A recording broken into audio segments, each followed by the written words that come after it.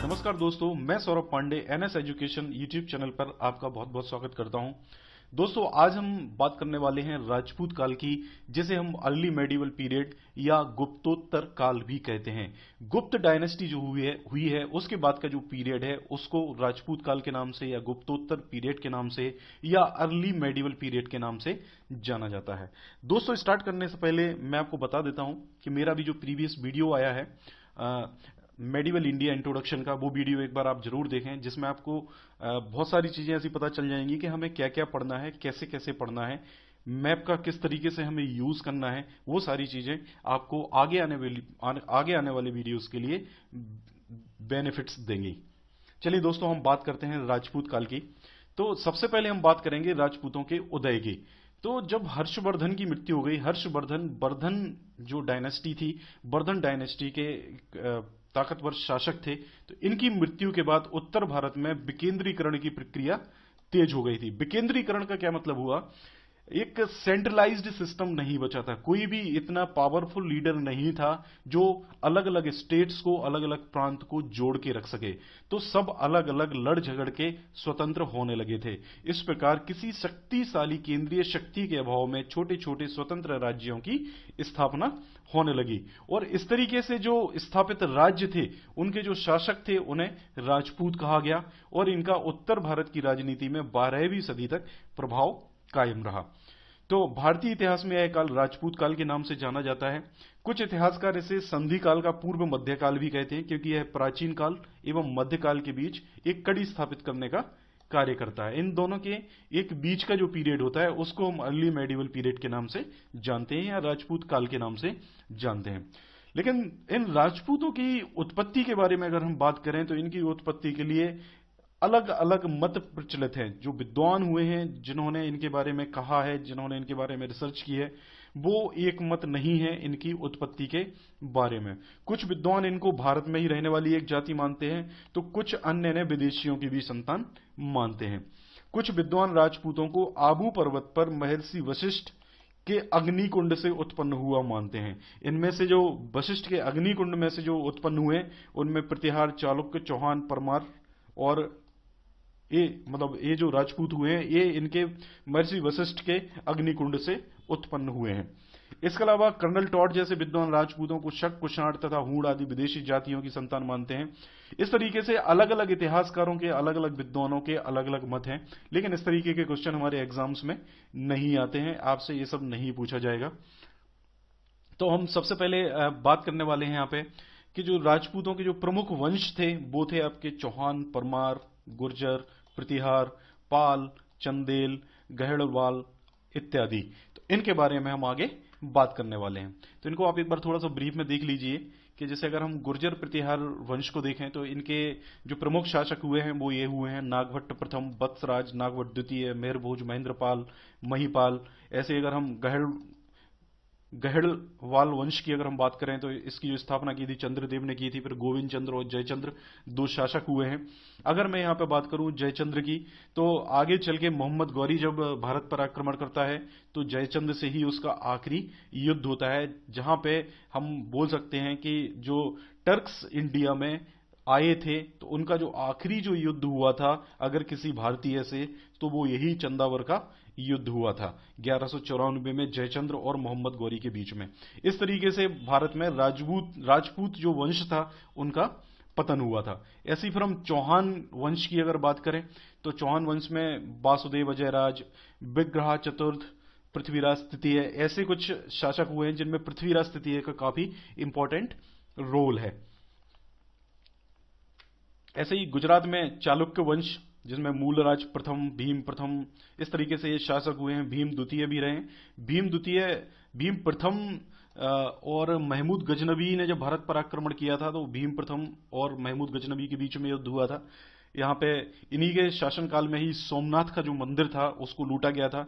अगर हम भीम द्वितीय की बात करें तो 1178 ईस्वी में मोहम्मद गौरी और भीम द्वितीय का युद्ध हुआ था, जिसे हम अनहिलवाड़ा के युद्ध के नाम से जानते हैं। ऐसे ही हम अगर बात करें बुंदेलखंड, तो बुंदेलखंड में चंदेल डायनेस्टी या चंदेल वंश हुआ करता था, जिसका संस्थापक जो था वो था नन्नुक, फिर जयसिंह, हर्ष, यशोवर्मन, धंग, परमार दिदेव, ये शासक हुए हैं, जिनमें से धंग और परमार दिदेव काफी इंपॉर्टेंट हैं एग्जाम पॉइंट ऑफ व्यू से। ऐसे ही मालवा में परमार डायनेस्टी थी, जिसमें उपेंद्र ने जिसकी स्थापना की थी।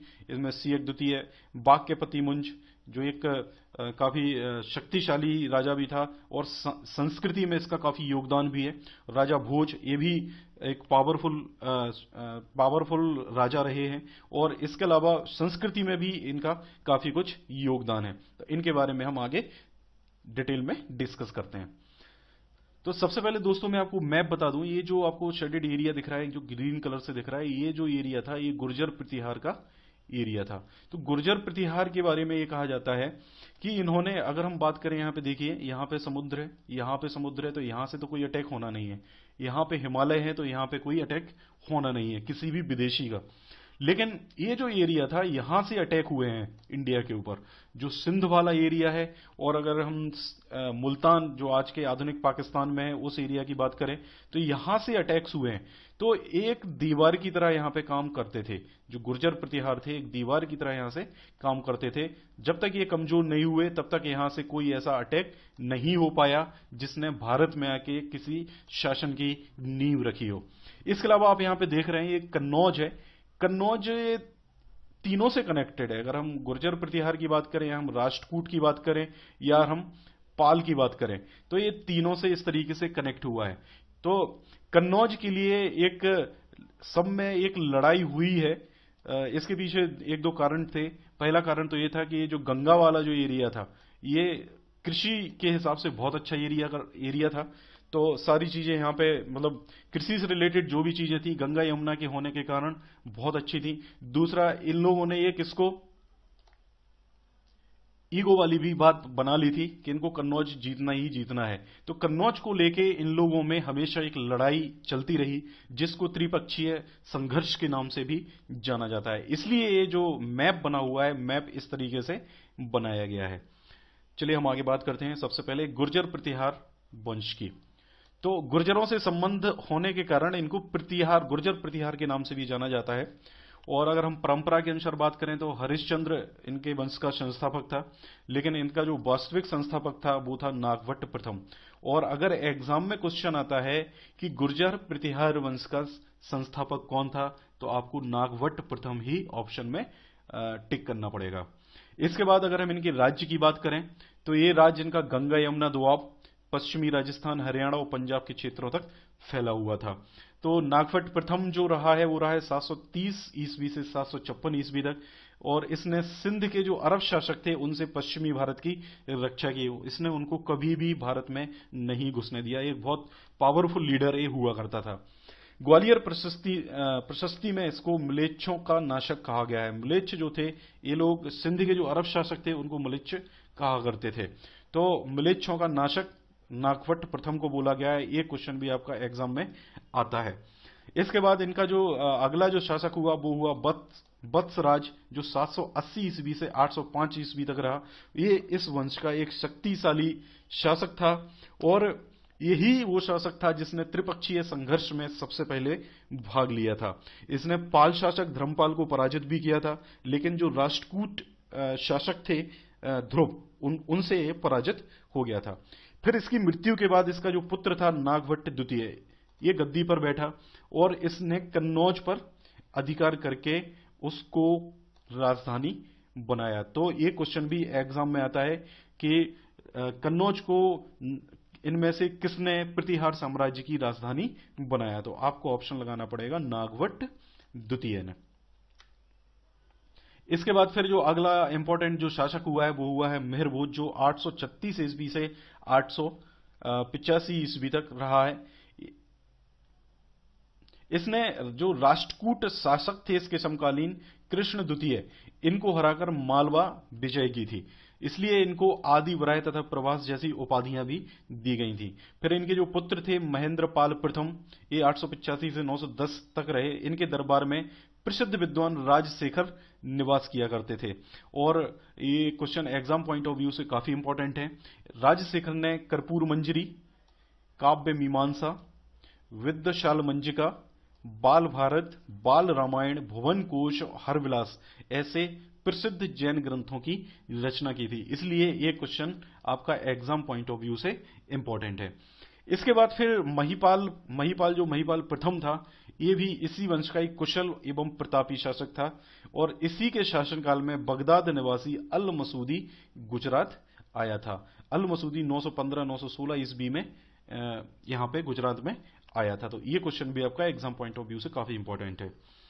और महिपाल प्रथम के ही शासनकाल में इनका पतन शुरू हो गया था, प्रतिहार साम्राज्य का पतन शुरू हो गया था। इसके बाद कई शासक आए, जैसे महेंद्रपाल द्वितीय, देवपाल, विनायकपाल और विजयपाल। ये कमजोर शासक साबित हुए, ये लोग कुछ खास नहीं कर पाए। इसके बाद अगर हम बात करें, ह्वेनसांग ने गुर्जर राज्य को पश्चिमी भारत का दूसरा बड़ा राज्य कहा है। ह्वेनसांग एक स्कॉलर था, एक स्टूडेंट था, जो पढ़ने के लिए नालंदा विश्वविद्यालय में भारत आया था और यहां से बौद्ध ग्रंथ लेने के लिए भी आया था। तो इसने जो इनका राज्य था गुर्जर प्रतिहार का, उसको पश्चिमी भारत का दूसरा सबसे बड़ा राज्य कहा था। इसके बाद बात हम करते हैं चौहान वंश की। तो जो चौहान वंश का जो संस्थापक था वो था वासुदेव, और इसने अपनी जो राजधानी बनाई थी वो बनाई थी शकंबरी में, जो अजमेर के पास में है। और ये चौहान आए कहां से? तो ये चौहान जो थे वो गुर्जर प्रतिहारों के सामंत हुआ करते थे, लेकिन 10वीं शताब्दी में बागपति राज प्रथम ने इन्हें प्रतिहारों से अपने आप को स्वतंत्र घोषित कर दिया था। इसका जो पृथ्वीराज के जो पुत्र थे, पृथ्वीराज प्रथम के जो पुत्र थे अजय राज, जो 12वीं शताब्दी में रहे हैं, इन्होंने अजमेर नगर की स्थापना की थी और अजमेर को ही इन्होंने अपनी राजधानी बनाया था। इसके अलावा अगर हम बात करें विग्रहाज चतुर्थ की, जिन्हें बीसल देव के नाम से भी जाना जाता था, वो इस वंश के सर्वाधिक शक्तिशाली शासक थे और इन्होंने ही तोमर राजाओं को पराजित किया था और इनको पराजित करके दिल्ली की गद्दी पर अपना अधिकार कर लिया था। इसके अलावा अगर हम बीसल देव को देखें तो बीसल देव विजेता होने के साथ साथ कवि और विद्वान भी थे। इन्होंने हरिकेल नामक एक संस्कृत नाटक की रचना भी की थी और इन्हीं के दरबार में ललित विग्रहाज का रचनाकार सोमदेव रहा करता था। और अगर हम चौहान वंश के जो जिसको हम बोलते हैं सबसे पॉपुलर जो रूलर हुआ है, अगर उसकी हम बात करें तो वो था पृथ्वीराज तृतीय, जिसका एक ऐतिहासिक महत्व भी है और इसकी जो चर्चा है वो लोक कथाओं में भी मिलती है। तो पृथ्वीराज तृतीय 1178 ईस्वी में चौहान वंश के शासक बने थे। इन्हें राय पिथौरा के नाम से भी जाना जाता है। तो 1191 में जब मोहम्मद गौरी ने अटैक किया पृथ्वीराज तृतीय की सीमाओं के ऊपर, तो जो युद्ध हुआ 1191 में, उसे तराइन के प्रथम युद्ध के नाम से जाना जाता है और इस युद्ध में मोहम्मद गौरी की बहुत बुरी तरह से हार हुई थी। इसके बाद फिर एक साल बाद वो फिर से लौट के आया और 1192 ईस्वी में उसी जगह पर फिर से युद्ध हुआ, जिसे तराइन के द्वितीय युद्ध के नाम से जाना जाता है और इसमें पृथ्वीराज को उसने पराजित करके कैद कर लिया था और इस तरीके से भारत में मुस्लिम सत्ता का मार्ग प्रशस्त किया गया। और यहीं से अगर हम देखें कि दिल्ली सल्तनत की जो नींव रखी गई थी वो यहीं से रखना स्टार्ट हो गई थी। इसके अलावा हम इनके जो पृथ्वीराज सिंह चौहान के जो विद्वानों की अगर हम बात करें, इनके दरबार के विद्वानों की अगर हम बात करें तो वो विद्यापति गौड़, पृथ्वी भट्ट, वागीश्वर और चंद्रवरदाई इन पे कई बार क्वेश्चन पूछे जा चुके हैं। इसी के अलावा जो हम्मीर महाकाव्य है, हम्मीर महाकाव्य में चौहान वंश के इतिहास और परंपराओं का विवरण मिलता है। इनके जो चंद्रवरदाई थे राजकवि थे और इन्होंने पृथ्वीराज रासो नाम का एक अपभ्रंश महाकाव्य भी रचना की थी। इसी के अलावा जो जयानक थे इनके दरबार में, उन्होंने पृथ्वीराज विजय नामक एक संस्कृत काव्य की भी रचना की थी। और दिल्ली अभिलेखों से पता चलता है कि इस वंश के जो शासक थे इन्होंने हिमालय से विंध्याचल पर्वत तक के क्षेत्र से कर वसूल किया था। विंध्याचल पर्वत जो आधुनिक मध्य प्रदेश में है, तो काफी एक बड़े साम्राज्य पे इन्होंने शासन किया था। अगर हम सिटी वाइज अगर हम बात करें तो इनका जो साम्राज्य था वो दिल्ली, झांसी, पंजाब, राजपूताना और पश्चिमी उत्तर प्रदेश तक फैला हुआ था। इसके बाद हम देखते हैं गहड़लवाल वंश के बारे में। तो इनका जो संस्थापक था वो था चंद्रदेव, और इसने कन्नौज को अपनी राजधानी बनाया था। तो ये question exam point of view से इंपॉर्टेंट है कि इनका संस्थापक कौन था और इन्होंने अपनी राजधानी कहां बनाई थी। तो इनके बारे में जो हमें जानकारी मिलती है वो मिलती है हमें वाराणसी दानपत्र, बसई अभिलेख, मदन पाल का बसई अभिलेख और कुमार देवी के सारनाथ अभिलेख से इनके वंश के बारे में हमें जानकारी मिलती है। और इसके बाद चंद्रदेव के बाद अगर हम बहुत एक जो सर्वाधिक शक्तिशाली जो शासक था वो था गोविंद चंद्र, और यही गोविंद चंद्र थे जिन्होंने आधुनिक जो पश्चिम बिहार है उस पर आक्रमण किया और पश्चिमी उत्तर प्रदेश के कई भागों को अपने अधीन करके कन्नौज के प्राचीन गौरव को इन्होंने पुनः स्थापित किया था। इसके अलावा इनके बारे में एक और पॉइंट इंपॉर्टेंट है कि इन्होंने मुसलमानों को वार्षिक भुगतान करने के लिए तुरस्क दंड नामक कर लगाया था। तो ये विजेता होने के साथ साथ एक विद्वान शासक भी थे। और इनके बारे में जो पृथ्वीराज रासो है चंद्रवरदाई का, तो इनका और पृथ्वीराज सिंह चौहान तृतीय के बारे संबंधों के बारे में इसमें हमें जानकारी मिलती है। पृथ्वीराज ने जयचंद्र की जो पुत्री थी संयुक्ता उसका अपहरण किया था। इसके अलावा जयचंद्र के दरबार में अगर हम देखें तो कश्मीरी विद्वान श्री हर्ष निवास करते थे, जो एग्जाम पॉइंट ऑफ व्यू से काफी इंपॉर्टेंट है, कई बार इस पर क्वेश्चन पूछे जा चुके हैं। और इन्होंने ही नैषध चरित्र और खंडन खाद्य की रचना की थी। और जयचंद्र ने तरावती का जो युद्ध हुआ था उसमें पृथ्वीराज तृतीय के विरुद्ध मोहम्मद गौरी का साथ दिया था, और जो बनारस को अपनी दूसरी राजधानी इसी ने बनाया था।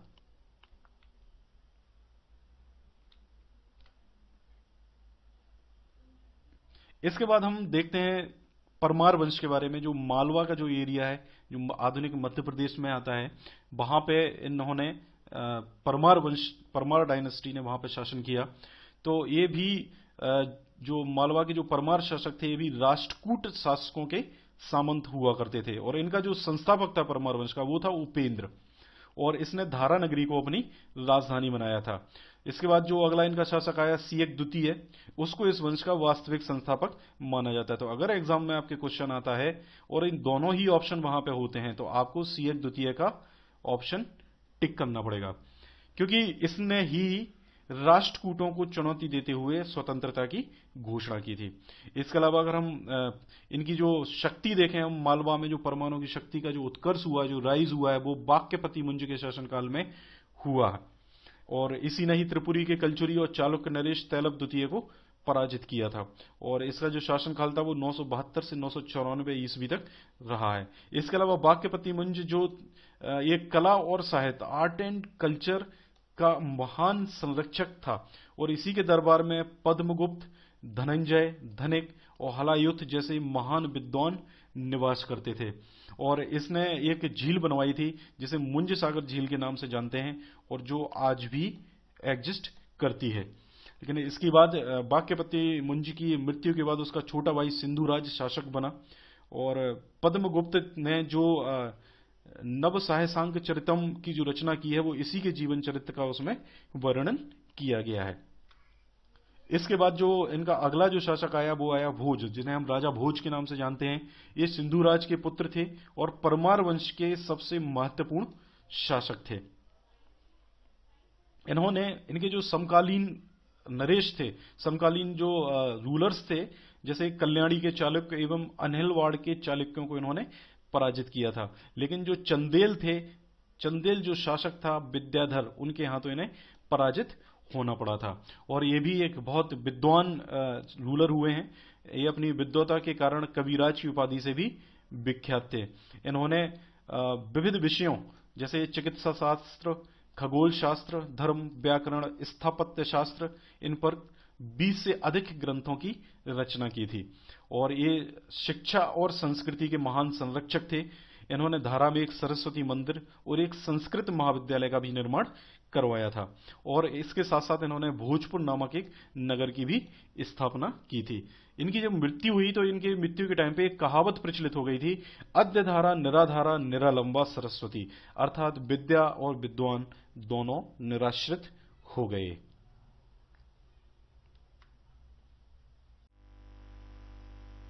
इसके बाद हम बात करते हैं गुजरात के चालुक्य वंश की, जिसका जिसको सोलंकी वंश के नाम से भी जाना जाता है। और ये वशिष्ठ के अग्निकुंड से उत्पन्न राजपूतों में से एक माने जाते हैं। और इस वंश के जो शासक थे वो जैन धर्म के पोषक तथा संरक्षक थे।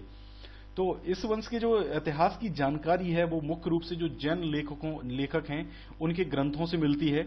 और इन ग्रंथों में जो फेमस जो ग्रंथ हैं वो है द्वाश्रय काव्य जो हेमचंद्र ने लिखा है, प्रबंध चिंतामणि जो मेरुतुंग ने लिखा है, और कीर्ति कौमुदी जो सोमेश्वर ने लिखा है।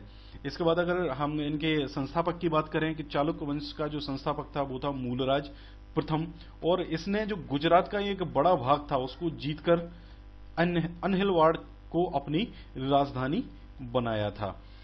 और भीम प्रथम जो था वो 1022 से 1064 तक रहा है, जिसके शासनकाल में मोहम्मद गजनवी के आक्रमण भी हुए थे। सोमेश्वर का जो मंदिर था वो इसी के शासनकाल में लूटा गया था, और इसका युद्ध भी हुआ था मोहम्मद गजनवी से, जिसमें करीब 50,000 हिंदुओं का कत्लेआम मोहम्मद गजनवी ने कर दिया था। इसके बाद इसने जो सोमनाथ मंदिर का पुनर्निर्माण करवाया था, और इसके जो सामंत थे बिमल, उन्होंने आबू पर्वत पर दिलवाड़ा के मंदिर का भी निर्माण करवाया था। इसके बाद इस वंश के जो शासक थे जय सिंह सिद्धराज, इन्होंने मालवा के जो परमार शासक थे उनको यशोवर्मन को युद्ध में पराजित किया था और अवंतीनाथ की उपाधि धारण की थी। और ये शैव धर्म का अनुयायी था और इसके दरबार में प्रसिद्ध जैनाचार्य हेमचंद्र सूरी निवास करते थे। इसके बाद फिर जो शासक आया वो था कुमारपाल, जो 1153 से 1171 ईस्वी तक रहा। इसको हेमचंद्र ने जैन धर्म की दीक्षा दी थी और इस वंश का महत्वाकांक्षी शासक था। और दीक्षा लेने के बाद इसने अपने संपूर्ण साम्राज्य में पशु हत्या, मद्यपान और द्वित कीड़ा इन पर प्रतिबंध लगा दिया था। इसके बाद जो अगला जो शासक आया वो भीम द्वितीय आया, और ये भीम द्वितीय 1178 ईस्वी में इन्होंने ही अनहिलवाड़ा के युद्ध में आबू पर्वत के निकट मोहम्मद गौरी को हराया था। इसके बाद फिर यही मतलब 1238 ईस्वी तक इनका शासन रहा है और चालुक्य वंश के अंतिम शासक थे। इसके बाद अगर हम इनकी सीमाओं के बारे में बात करें तो इनकी सीमाएं पश्चिम में गुजरात, पूर्व में भिलाषा जो आधुनिक मध्य प्रदेश का पार्ट है, और दक्षिण में बली और सांभर तक फैली हुई थी। इसके बाद हम बात करते हैं बुंदेलखंड के चंदेल वंश की, चंदेल डायनेस्टी की। तो ये चंदेल जो थे सबसे पहले ये प्रतिहारों के सामंत हुआ करते थे, और चंदेलों को अत्रि के पुत्र चंद्रात्रेय का वंशज कहा जाता है। और इस वंश का जो प्रथम शासक था वो था नन्नुक, और इसी को ही नन्नुक को ही इसके बुंदेलखंड के चंदेल वंश की स्थापना का श्रेय जाता है।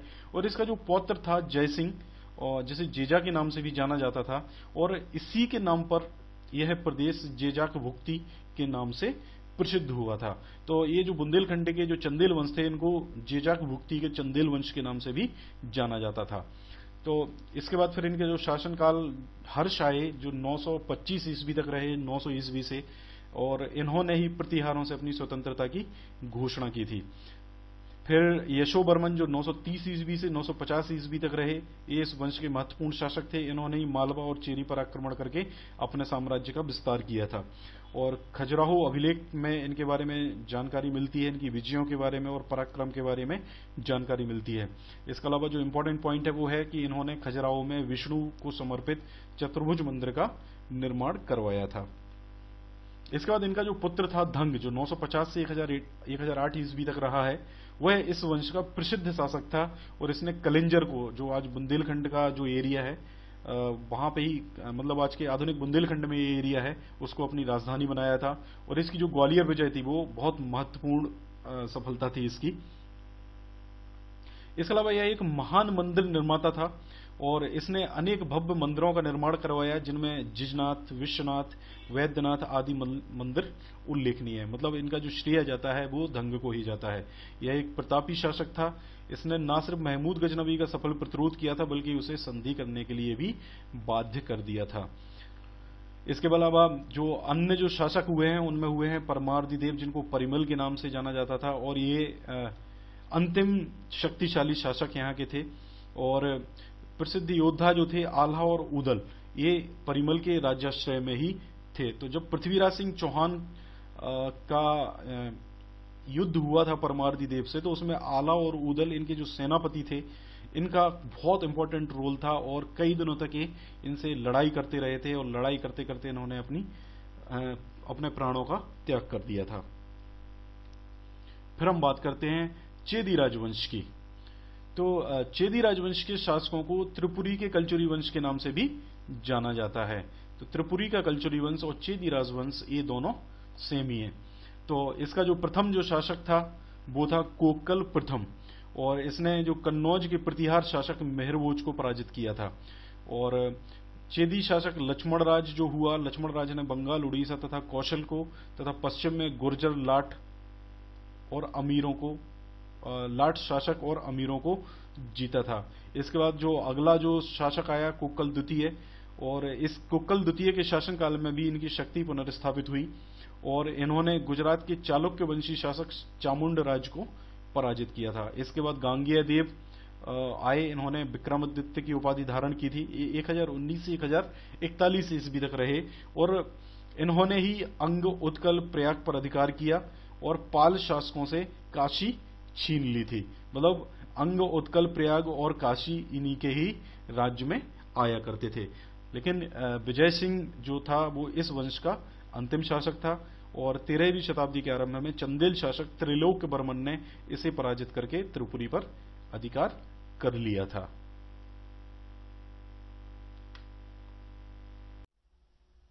आइए अब हम बात करते हैं बंगाल के पाल और शैन वंश की। तो जो पाल वंश की जो स्थापना थी उसका जो श्रेय जाता है वो जाता है गोपाल को। ये 750 से 770 ईस्वी तक रहा। इसके बाद फिर इसका पुत्र आया धर्मपाल, 770 से 810 ईस्वी तक बंगाल की गद्दी पर बैठा। एक बौद्ध धर्मानुयायी था और इसी ने ही विक्रमशिला विश्वविद्यालय और उदंतपुर विश्वविद्यालय की स्थापना की थी। ये क्वेश्चन एग्जाम में कई बार पूछा जा चुका है कि विक्रमशिला विश्वविद्यालय की स्थापना किसने की थी, इसलिए आपको ये बिल्कुल ध्यान होना चाहिए कि धर्मपाल था जिसने विक्रमशिला विश्वविद्यालय की स्थापना की थी। इसके अलावा धर्मपाल के लेखों में उसे परम सौगात कहा गया है। इसके अलावा जो गुजराती कृति है एक सोढ़ ढल, उसमें इस धर्मपाल को उत्तराफत के स्वामी की उपाधि से भी संबंधित किया गया है। इसके बाद देवपाल आया जो 810 से 850 ईस्वी तक रहा। ये धर्मपाल का पुत्र था और ये अपने पिता की भांति ही साम्राज्यवादी था।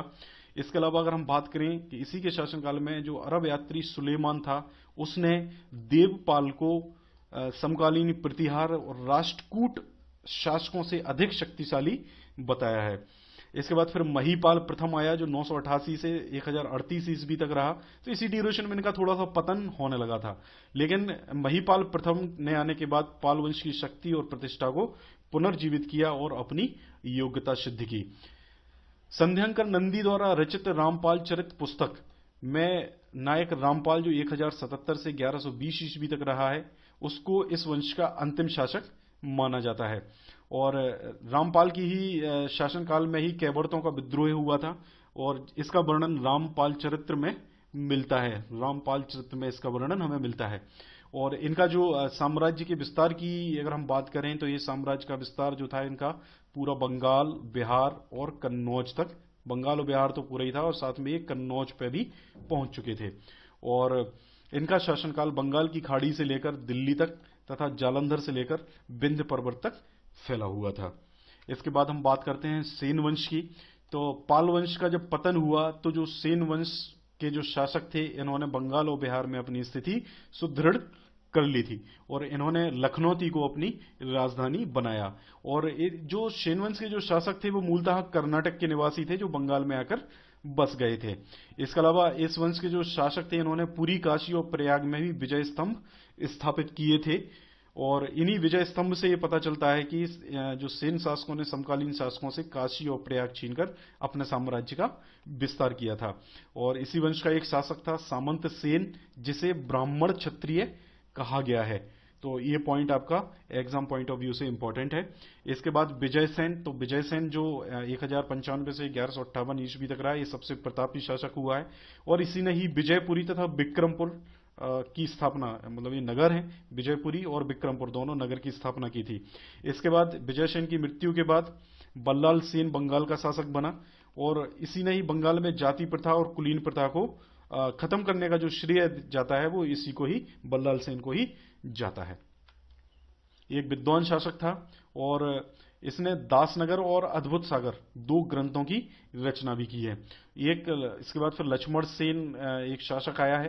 तो लक्ष्मण सेन एक विजेता तथा साम्राज्यवादी शासक था और इसी ने ही जयचंद्र को पराजित किया था और इसी के दरबार में अनेक प्रसिद्ध विद्वान तथा लेखक निवास करते थे। इनमें जयदेव, धोई, हलायुद्ध के नाम उल्लेखनीय है। और जब मोहम्मद गौरी ने भारत पर आक्रमण किया था तो मोहम्मद गौरी का जो गुलाम था बख्तियार खिलजी, तो बख्तियार खिलजी व्यापारी के वेश में लक्ष्मण सेन की राजधानी में पहुंचा था। तो ये उनको देख के, मतलब जब इसको इन्फॉर्मेशन मिली कि बख्तियार खिलजी जो मोहम्मद गौरी का गुलाम है यहाँ पे व्यापारी के वेश में आया है, तो ये उनसे डर के राजधानी छोड़ के चला गया था। और इस तरीके से जो बख्तियार खिलजी था उसको इसके राजधानी पे राज करने में, राजधानी पे शासन करने में कुछ भी मेहनत नहीं करनी पड़ी थी। तो इस तरीके से हम देख सकते हैं कि लक्ष्मण सेन के बाद ही बंगाल वाला जो एरिया था वहां पे इनका सेन वंश का जो खात्मा हो गया था।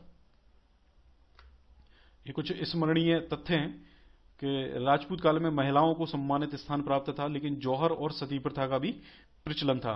जौहर प्रथा जो होती थी, तो जौहर प्रथा में क्या होता था कि जब एक शासक दूसरे शासक के ऊपर अटैक करता था और अगर वो शासक हार जाता था तो उनकी जो महिलाएं होती थी, जो पत्नियां होती थी या पुत्रियां होती थी, वो अपनी इज्जत बचाने के लिए एक बहुत सारी आग लगवाती थी और उस आग में कूद जाया करती थी। इसके अलावा सती प्रथा का भी प्रचलन था। इसके अलावा राजपूत काल में ब्राह्मण और जैन धर्म ही सबसे अधिक लोकप्रिय थे। दिलवाड़ा के जो जैन मंदिर हैं वहां पे तीर्थंकर आदिनाथ की मूर्ति है। और 12वीं सदी में उत्तर भारत में प्रभुत्व स्थापित करने के लिए चंदेलों,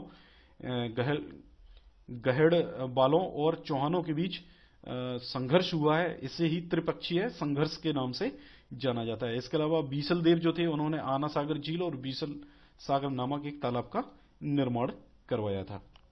तो दोस्तों ये टॉपिक हमारे यहीं पे खत्म होता है।